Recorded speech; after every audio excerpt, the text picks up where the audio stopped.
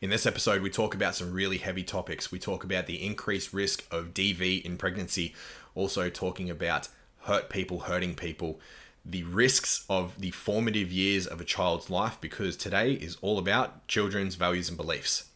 This is probably part one of a part two that's coming out, so keep your eyes peeled for that one.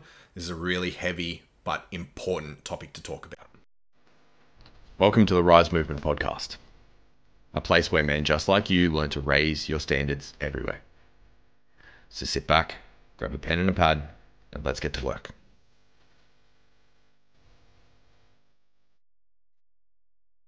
Welcome to the R.Y.S.E Movement podcast.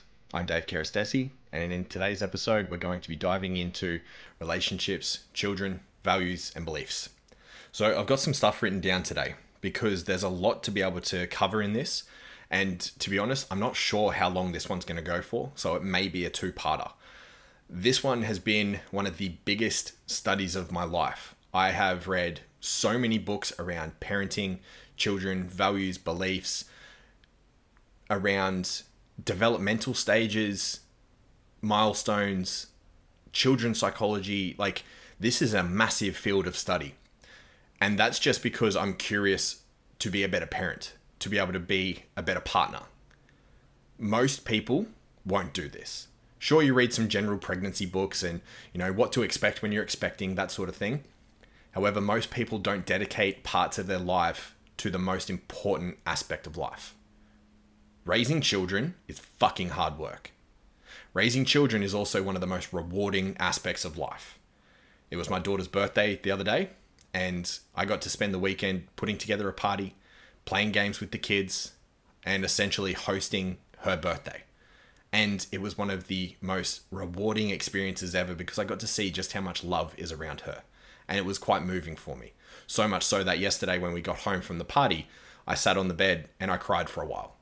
I could not believe the amount of love, affection, positive reinforcement, and good role models are around her. It made me so moved.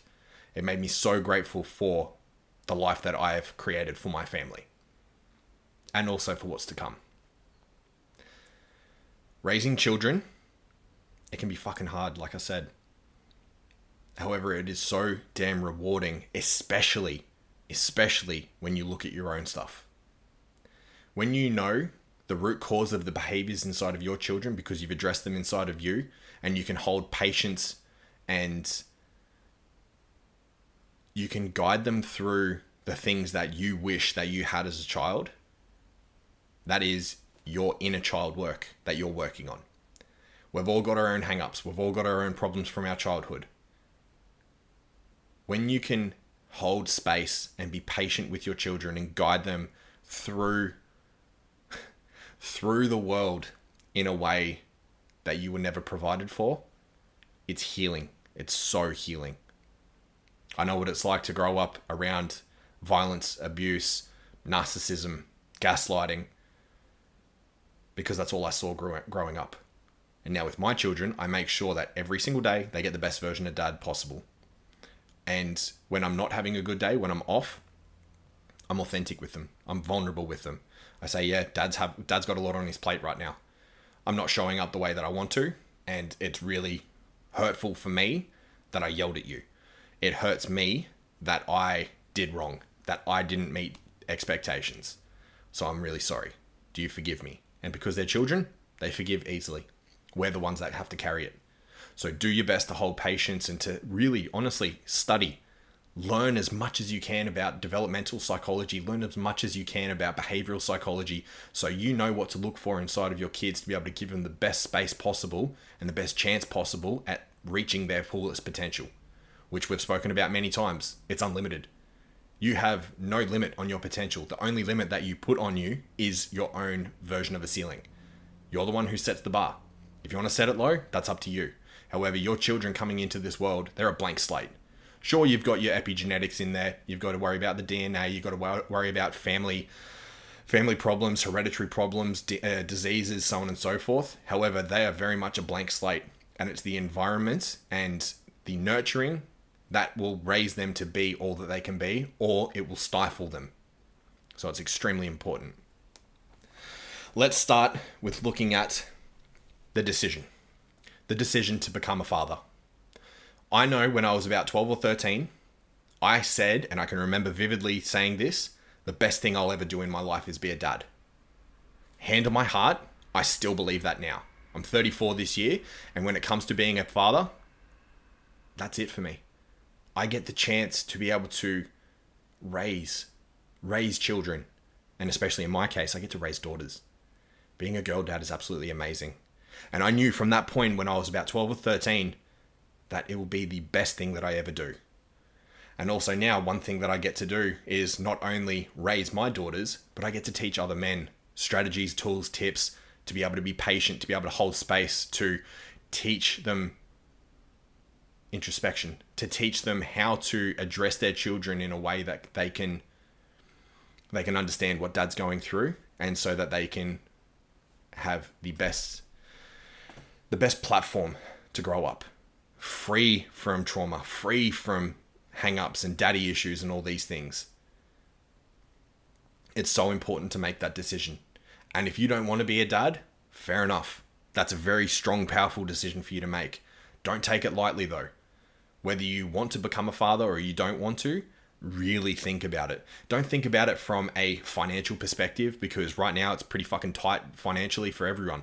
We're all finding the pinch. Don't make a decision just because things right now are hard.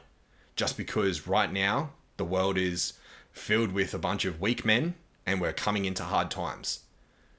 There's always the future. There will always be another sunrise.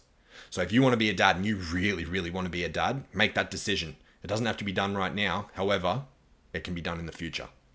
And if you don't want to be a dad, be the best damn man that you can for all the fathers around you, because we all need each other to be able to step up and to hold space and to be patient to the best of our ability to become all that we can be. Now, that's just the decision inside of yourself. What about the decision that you make with your partner to choose to have children? Because it's one thing for me to say that I want to be a dad. It's a completely different thing to talk to a partner about the paradigm of having a child, raising a child with that person. Both of my children were born into this world unexpectedly. It was thrust upon us because, one, we were not smart and not safe when it came to having sex. And also, it wasn't at a time and place in our life where we chose to. With Rachel, my fiance, I always wanted to have kids with her. However, we literally spoke about, Sophia was born in 2017. We spoke about having children at the end of 2018, start of 2019, when Rachel had finished her uni degree and she'd gone through her first year of placement. We'd spoken about that. However, it just happened a little bit faster. A lot faster, actually. We both spoke about it. We spoke about how we want to parent, the things we want to do, what we don't want to do from what we saw with our parents. That decision, that conversation is extremely important. You either decide about it together, or if one person is on the fence and the other person wants to have kids or doesn't want to have kids, that is, honestly, it's a war ground.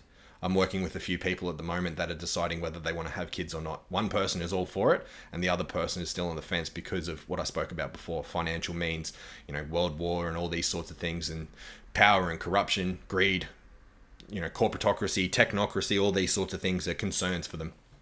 Valid concerns. If you are the one who wants to have kids and your partner doesn't, don't force them to. You will resent it and regret it for the rest of your life. I have a few people in my life, thankfully they're on the outskirts, that have kids and they don't want them. It's clear in their behavior because they're extremely selfish. They're extremely self-centered victims. They're all about me, not about their kids. And if that's up to their value structure, so well be it. Go for gold. However, you're robbing that child of the best chance of having an integrated family, of having love, nurture, intimacy, connection, and the best chance at reaching your potential. You're robbing that child of it. This is such fucking important work, to be a present, integrated, patient father for your children. It is imperative. And we're going to go through some reasons why today. If you don't want to have kids and your partner is forcing you to have kids, forcing, I use that in inverted commas, I would strongly suggest that you guys go seek counseling straight away. Save the integrity of each other before you bring a child into this world where the father is not present. There's enough kids out there without dads. There's enough kids and there's enough hurt and enough pain going around without you bringing another child into this world. I strongly suggest that you go seek counseling straight away. Same thing for the way before. If you want to have kids and your partner's on the fence, this is a matter to have a external person mediate what can be a highly inflammatory, a highly emotional conversation. And it's not just one conversation. This isn't going to get nipped in the bud in one session. This is going to be weeks and weeks and months of work, of solid work, of introspection to be able to figure out, am I willing to be able to renegotiate whether I want to be a father or not? Whether she wants to be a mother or not. This is a massive conversation. You can't take this lightly. And you definitely cannot bring a child into this world to save a fucking relationship. If you're considering having kids to be able to save your relationship, the kid's doomed. That child is going to grow up in a broken home, in a resentful home, in a place where mum and dad don't get along, where they're barely in the same room together, where they barely communicate, or they're going to be divorced, or they're going to be split up, and there's going to be step parents that come in and out. There's going to be just a whole host of problems that come from it. This is a massive undertaking. You do not take it lightly. So, the next one's a heavy topic. I know it happened to me, and I know it happens to so many people out there. When it comes to pregnancy and domestic violence, there is an increased risk, and I don't know what the statistics are, but there is a massive increased risk of domestic violence starting during pregnancy. Now think about it, just from her perspective. She's going through changes physiologically, psychologically, emotionally, and biochemistry. Her body is going through so many changes that she does not have conscious control over. You are also going through changes emotionally, physically, psychologically, mentally. You're going through so many changes because your world is about to be upended. I remember back into when my ex was pregnant with my oldest. That's where DV started for us. That's because she started going through her changes. She started demanding things of me. She started gaslighting me. She started saying things like, if you don't do this, you'll never see your children.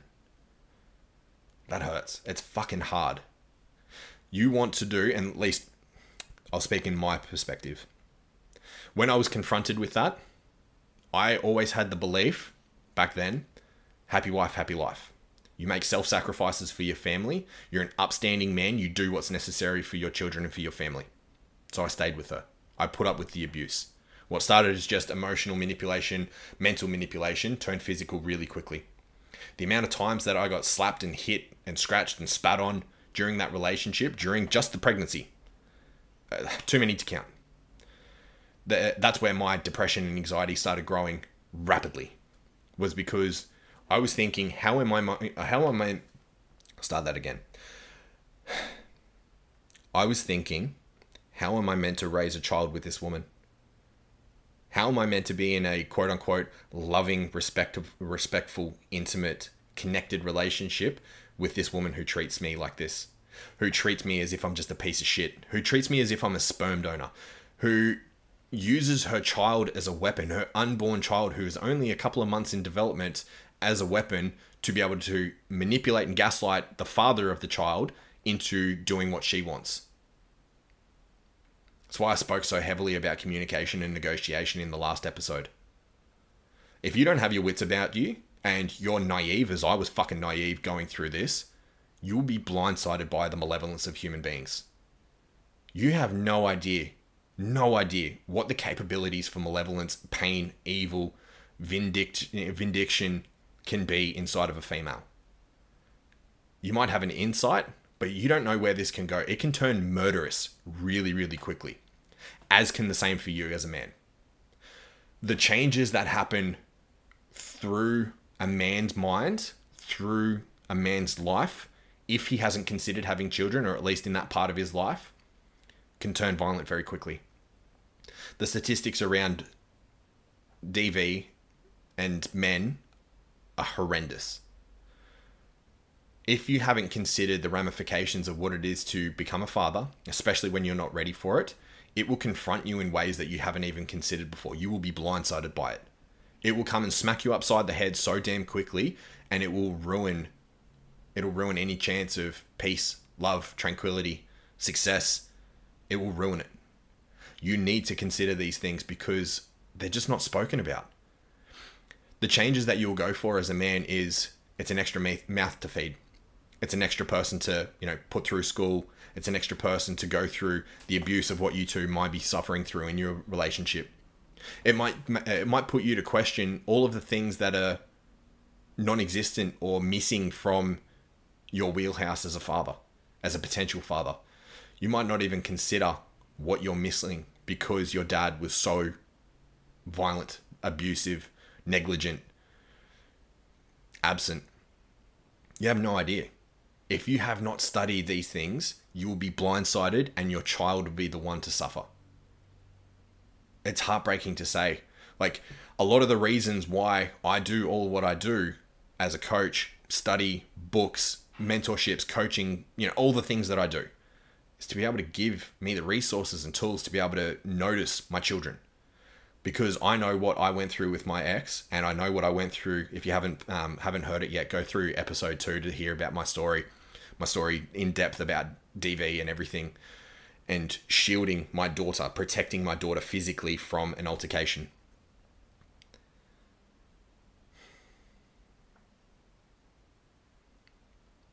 You just don't know what type of violence is coming for you if you're naive to it, if you have no idea. And so all of my studies is to be able to help my children, to be able to give them the space and understanding and awareness from their father's perspective that something's amiss here. We need to focus on this. We need to watch out for this. And then take action, move forward, be able to get them closure and healing and everything else necessary so that they can integrate into themselves and individuate into their own person. So they're not just a bunch of trauma that creates codependencies with partners in the future that has a terrible representation of masculinity and femininity inside of them because of their unhealed parents. There's too much trauma out there. Essentially, everyone around you right now that has not done any psychological work, any therapy, counseling, or anything like that, they are just trauma responses. That is what they are. They are personas, masks. They are fictitious versions of themselves that their trauma has created as a persona so that they can get people to validate, love, and approve them. That is what majority of society is doing. They are just coping mechanisms, coping strategies to be able to get them through life. And when you start poking around, poking holes in their arguments, talking and asking questions about their personality and stuff like that, they unravel really quickly. I mean, perfect example. Look at what's going on with the left. Look at how damaged and broken these people are. Ask them if they have a connected, intimate, communicative, close relationship with their father, that he approves of them and he validates them and he gives them the attention and the love that they deserve. I guarantee you that 90% of them don't. 90% of them don't. These people are hurt. They are hurt and broken and psychologically abused. So they try to project onto other people what it means to look out for people, to be able to express, to be able to say that, yeah, you're valid, all these things, you're oppressed, you're victimized, all these things, they matter. And it's all because of power struggles. It's all because of, the patriarchy and all this crap. It's just unhealed people. It's just absolutely unhealed people. Which brings me on to my next point. Hurt people hurt people. If you're in a relationship with an unhealed human or you're unhealed yourself, there's a saying called perception is projection. That which you see, that which you project out there is what you are internally. I said this in the second episode again, talking about my ex. The reason why I was attracted to her was because of my own damage inside of me, my own trauma and insecurities. I attracted what I was. I got an exact mirror representation of who I deserved because that's all I believed that I was worth. I kept attracting these unhealed females, that broken females, because I thought maybe I can fix them. Maybe I can help them. When in actuality, all I was doing was the exact same behavior that they were doing to me. Gaslighting, manipulation, and just tormenting each other. Unhealed people hurt people. Like I said before, that's all that there is out there. It's trauma responses. It's masks and projections of an ideal. It's not embodied. If it was embodied, you would have peace. You'd have contentment. You'd be able to communicate about flaws and insecurities as authentic and vulnerable as possible. You would be able to take your armor off and stand there and say, yeah, this is what I am. Warts and all, this is who I am. However, most people can't even look below the surface because they're terrified of what's underneath. I talked to some people about introspection, shadow work, plant medicine ceremonies, meditation, and they're terrified of it. I say, oh, would you be open to trying this? And they almost want to run away. Their body goes into rejection. You can watch their physiology actually change when you question them about having a look at what's inside, having a look at the dark spots. And then when it comes to the rejection, the almost disgust sensation that comes up, it's because they're terrified of what they might find. If you don't go looking, you will never, ever know. You will never, ever know if you don't go looking. One of my favorite Carl Jung quotes is, that which you seek the most is where you least want to look. Think about it archetypally. We've got like Arthur and the Knights of the Round Table. Merlin would send the knights out into the deepest, darkest part of the forest for the individual, and they would fight the dragon. They would return triumphant with the gold and the princess. That story is inside of us all. There is a part of us that is hidden in our unconscious, in our subconscious, that we have to go look at, that we have to save ourselves. We have to go looking through that darkness to be able to heal and integrate and learn the lessons so that we don't do that fuck up again in the future, so that we don't get blindsided, so that we don't end up traumatized, in pain, hurt, whatever it is. We must look at these things. However, you have to do it voluntarily. If you are thrust into it and it's shoved on you, you can re-traumatize yourself. You can develop things like PTSD, depression. You can develop a whole host of problems from involuntarily stepping into that darkness. Life is coming hard and fast to bitch slap you upside the head. It will come in the form of illness, injury, abuse, calamity, chaos, war. And if you don't have your shit together and you haven't looked into your darkness, you're not going to be any use. You are going to be as useless as everyone else out there. And I know for myself that I have to do everything that I can to be able to wade through the darkness and deal with all the things underneath, because what if chaos and calamity hits my family again? Who's going to look after them? When the chips are down, who's going to be the one that carries them forward and that protects them, that secures for them, that provides for them? Because if I'm not around and I'm a psychological mess like everyone else, fuck, I'm useless. I take it as a point of pride on the amount of shadow work, introspection, meditation that I do to be able to be as voluntarily able to step into the fight. I've spoken many times about stress inoculation. I choose to step into the darkness, to choose to step into looking at ideas, values, beliefs inside of myself and see if they're actually true. I literally try to go through my subconscious and uproot all of my presuppositions so that I can see if it's actually rock solid, if it's founded in truth. Because if it's not founded in truth and it's just a lofty ideal, or it's an ideology laying inside of me, it could potentially be toxic. It could potentially be the thing that is the one that causes my undoing, that allows me to get blindsided by life, that allows me to be naive again. And yes, call it a trauma response because of everything that I've been through, but I refuse to be naive again. I want to be... Think of it like the story of Odin, where he gave up his eye. He gave up his eye to be able to see all and understand all. He gave up his eye, the gift of sight, so that he could see more.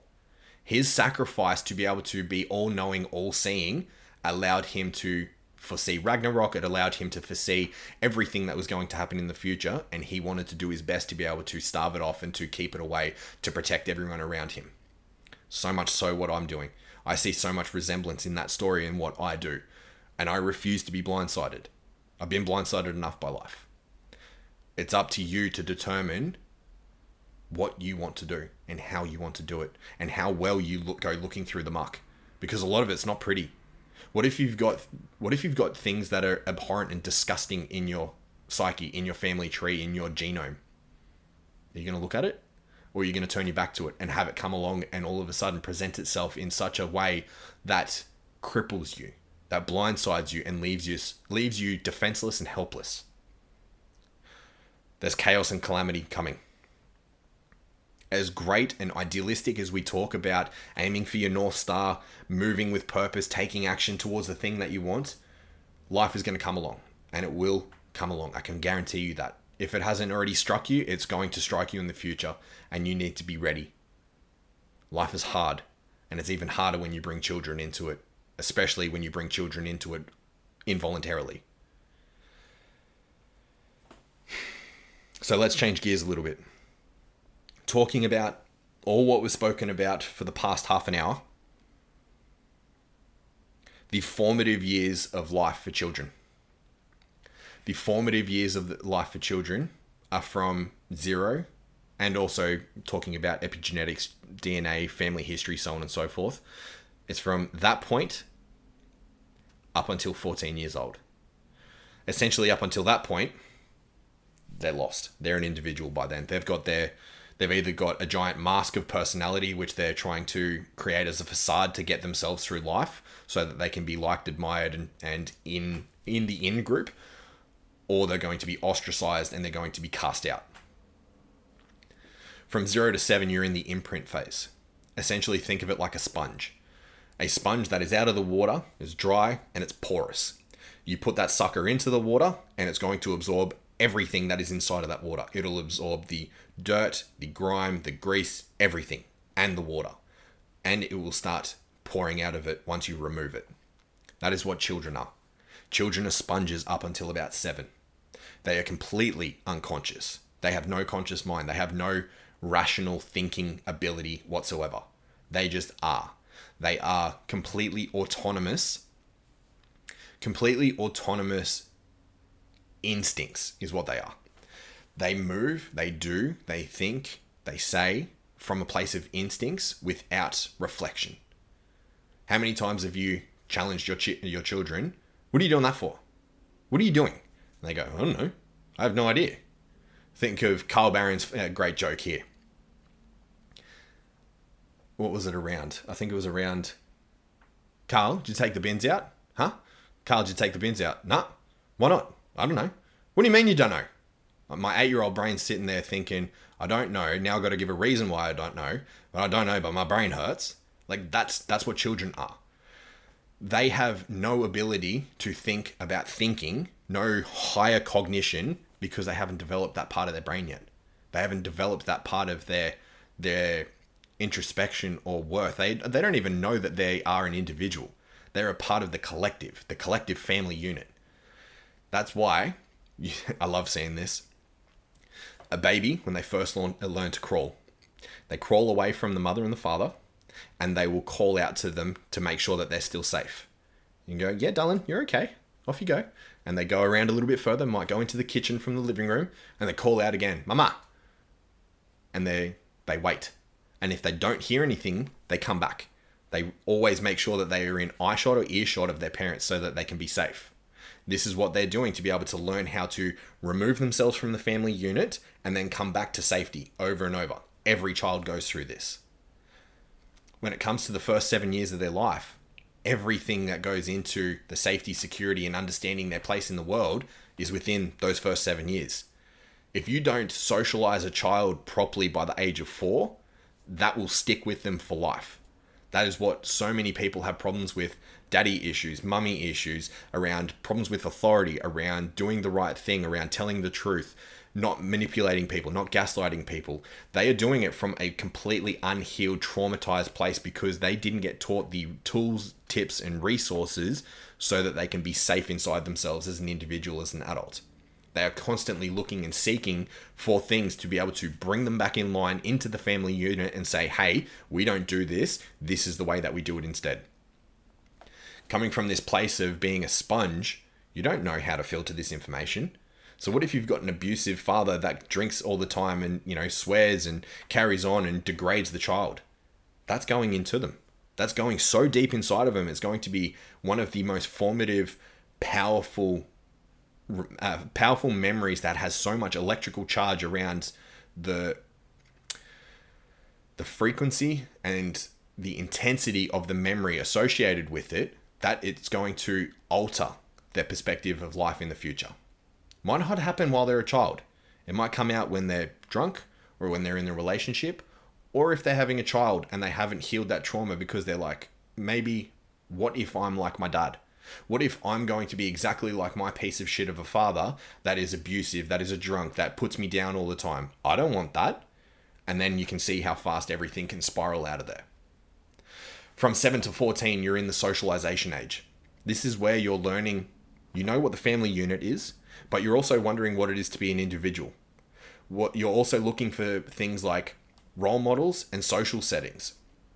I remember the amount of trouble that I got in primary school because I went to a low socioeconomic primary school, and we had some decent families there, but we also had a lot of shit.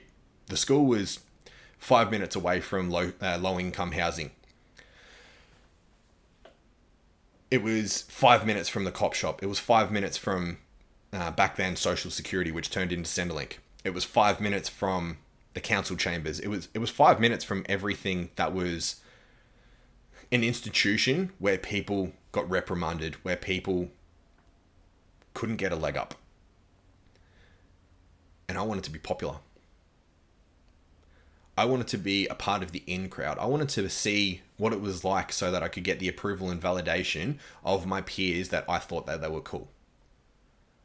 These were all people from broken homes. All of them. Broken homes. Dad's not in the picture. If dad was in the picture, he was an alcoholic or a drug addict, or he was abusive, violent. And they had older brothers that were in what they called were gangs. They go around spray painting walls and putting their, 3-letter code of what their gang was called. And so we thought it was cool to be able to emulate them. Let's do what they do. Let's create a gang. And our gang was just us tagging in our books, creating our own little persona names that we had. I remember one of mine was, I think it was Sync, S-Y-N-C. And I was like, yeah, that's sick. Like, it's awesome. I could tag it really well. And I got the approval of one of my mates. My mate was Kazam. He was awesome. His tags were awesome. They were, it was just infantile bullshit, but it was replicating our role models. And our role models were just degenerate teenagers, late stage teenagers that had no job, no future. They were on Centrelink and low socioeconomic, and they were dead shits, absolute dead shits. And we were emulating them. So if you're not showing your children the difference between right and wrong and being a upstanding moral role model for your children, they're going to look for it elsewhere. They're going to look for what inside their little minds, inside of their developing minds, what it is to be a man. And if they're a boy, that's what it's going to look like for them to see what it is to be masculine, to be a man. If you've got a daughter, she's going to look at you as her reference for what it is that she looks in a partner.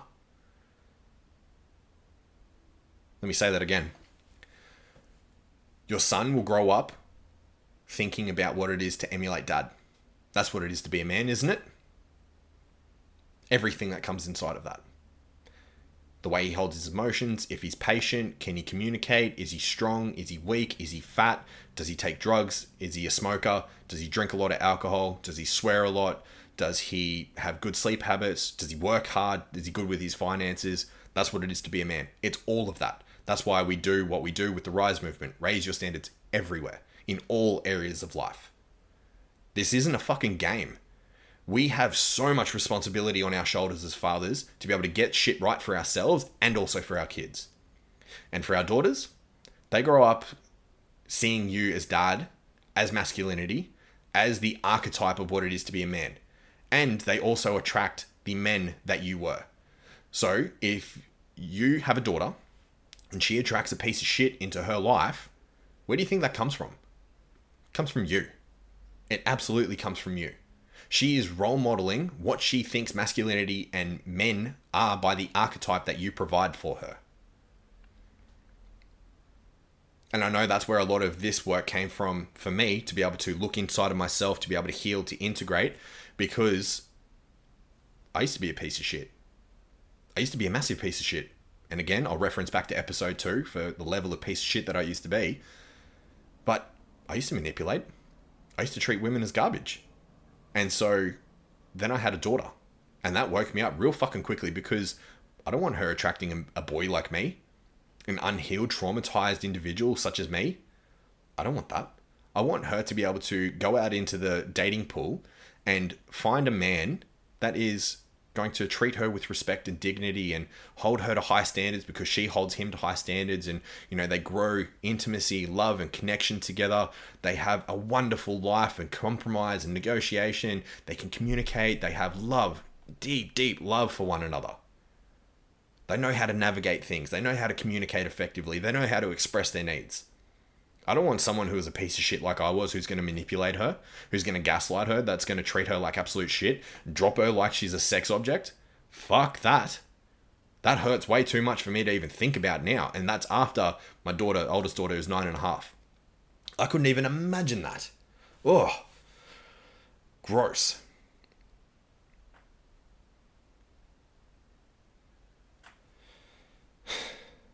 Those formative years are so important. You just don't understand how much responsibility you have for your children's longevity of success, love, intimacy, connection, to understand that you are the archetype of masculinity and manhood. It is a massive undertaking. It's a massive responsibility on your shoulders. And my whole purpose is to help end generational trauma worldwide. That, like, deep down, that's what I do. That's why I do what I do. Because I know the amount of trauma that I have inside of my genetic structure, inside of my DNA, inside of my family tree, inside of the illnesses, the abuse, the everything. And the fucking buck stops with me. It stops, full stop, dead in its tracks. And I have to make sure that I show that this is a line in the sand. You do not cross this line. You do not traumatize your family. You do not abuse your family. You do not be a piece of shit. You be a moral, upstanding individual. You tell the truth. You act in truth. You do the right thing. Even if you don't want to. Even if it's hurtful. You do the right thing. Because you must. There's no other way. It's a very high ideal to aim for. However, it's the only one that matters. I do not want any more trauma to run through my bloodline. I'm done. And if you have no idea about the trauma that runs through your bloodline, just go and ask your family. Go and ask your dad if he's around, your mum if she's around, grandparents, aunts, uncles. Go ask them what actually happened. Go ask them what illnesses and what abuse that they swept under the rug. Because that's inside of you too. I'll leave you with a little tidbit around just how volatile epigenetics and your DNA can be. You have 7 generations of DNA inside of you. 7 generations. That's your mum and dad, their parents on each side, so on and so forth. You have so many people's DNA inside of you, their genetic structure inside of you, their epigenetic sequencing of certain genes to turn on and off depending on stimulus. You have their illnesses and, to an extent, their memories. You have a completely unbelievable amount of shit inside of you, and that's even before you get to be here as a conscious, alive adult. Even before you get to be here as a child, as a baby. Your family history, your genetics is massive, and you need to start taking care of it. You need to start paying attention to it. You have no idea what's lying beneath the surface. It's time to start having some introspection, and to reiterate that Carl Jung quote again, that which you seek the most is where you least want to look. So let's leave it at that and dive into a bit of a more cheerful sort of subject next week when we talk more about intimacy and relationships. Thank you for being here, man. Much love. Take care, and I'll see you in the next one. Thank you for being with me today. Thank you for subscribing and leaving a review. It really helps us out. Until next time, take care and much love.